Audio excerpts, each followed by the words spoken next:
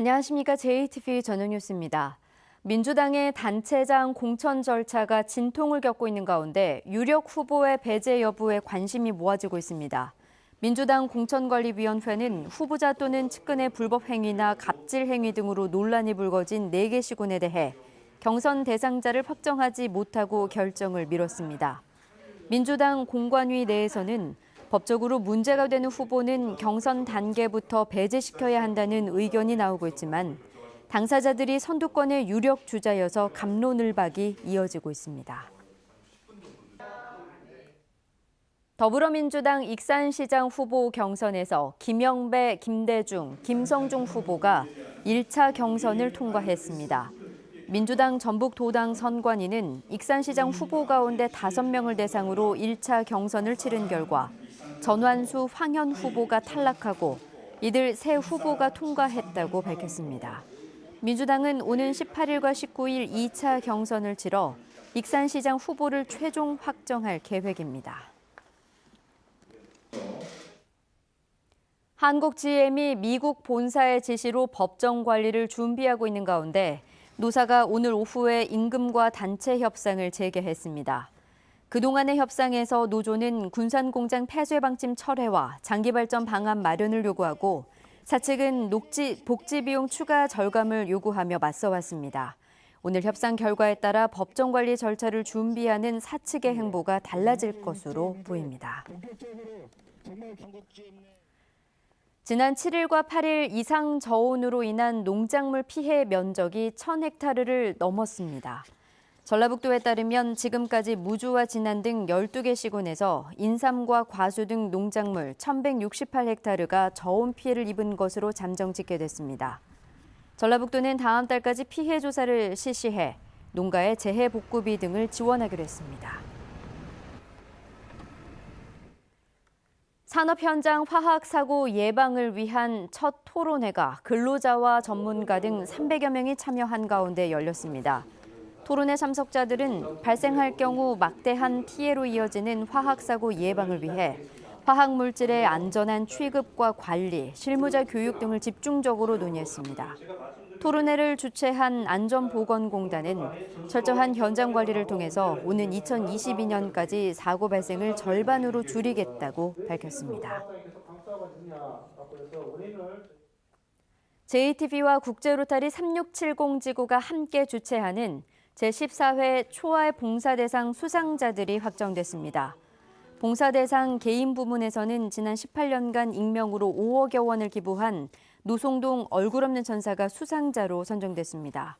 농기계 수리 봉사를 해온 기능올림픽 전북 동호회와 군산 자원봉사센터 명예의 전당 1호 김영림 씨는 각각 단체 부문과 사회봉사 부문에서 수상의 영예를 안게 됐습니다.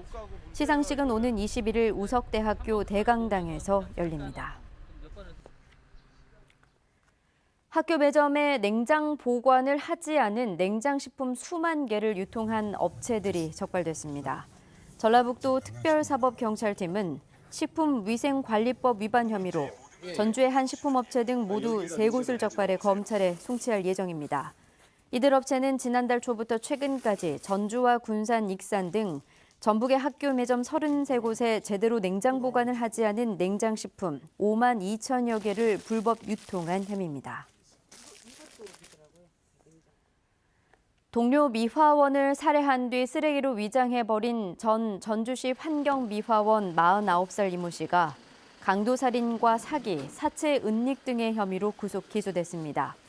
검찰은 이 씨가 숨진 양모 씨에게 진 빚 1억 5천만 원을 갚지 않기 위해 양 씨를 목 졸라 살해한 뒤 양 씨의 예금과 신용카드로 1억여 원을 사용하고 양 씨 명의로 5,300만 원의 대출을 받아 자신의 빚을 갚거나 유흥비로 사용했다고 밝혔습니다.